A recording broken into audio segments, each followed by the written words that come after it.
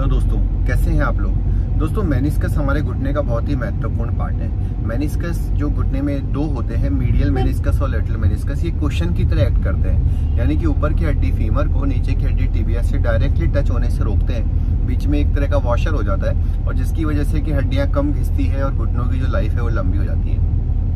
लेकिन कई बार एसीएल की चोट को लंबे समय तक नजरअंदाज कर देने से या तो फिर कई बार सीधे ही घुटने में चोट लग जाने मेनिस्कस भी फट जाते हैं, जिसे कि मेनिस्कस टियर कहा जाता है। दोस्तों, मेनिस्कस टियर में जो सिम्टम्स आते हैं वो 3 तरह के सिम्टम्स आ सकते हैं। घुटने से क्लिकिंग साउंड जैसा आने लग जाता है और घुटने में कभी कभी दर्द होना लग जाता है और साथ ही कभी कभी जो सबसे इंपॉर्टेंट मेनिस्कस का सिम्टम है वो ये है दोस्तों कि मेनिस्कस की लॉकिंग, यानी कि पैर लॉक होना लग जाता है। अब काफी लोग मुझे कहते हैं कि सर मेरे घुटने में भी लॉकिंग आती है, तो क्या इसका मतलब मेनिस्कस टियर है। दोस्तों, अगर आपके घुटने में कभी कोई चोट नहीं लगी है तब तो फिर मेनिस्कस टियर होने के चांसेस नहीं होते।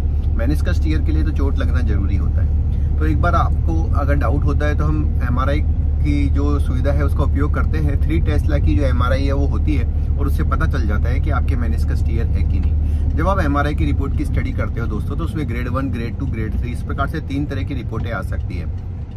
ग्रेड 1 और ग्रेड 2 टियर के अंदर कुछ भी करने की आवश्यकता नहीं होती, वो समय के साथ साथ ठीक हो जाते हैं। जो ग्रेड 3 टियर होता है, इसमें भी खास तौर पे 2-3 तरह के टियर हो सकते हैं, तो रेडियल टियर या हॉरिजॉन्टल टियर या बकेट हैंडल टियर। तो सबसे रिस्की जो टियर होता है दोस्तों वो बकेट हैंडल टियर होता है और बकेट हैंडल टियर में तो ऑपरेशन करके उसको रिपेयर कर देना ही सबसे बेस्ट रहता है। रेडियल टियर और हॉरिजॉन्टल टियर में कई बार रिपेयर ना भी करे तो काम चल जाता है। दोस्तों, जो मेनिस्कस है उसको 3 भागों में बांटा गया है, red zone, red white zone और व्हाइट व्हाइट जोन।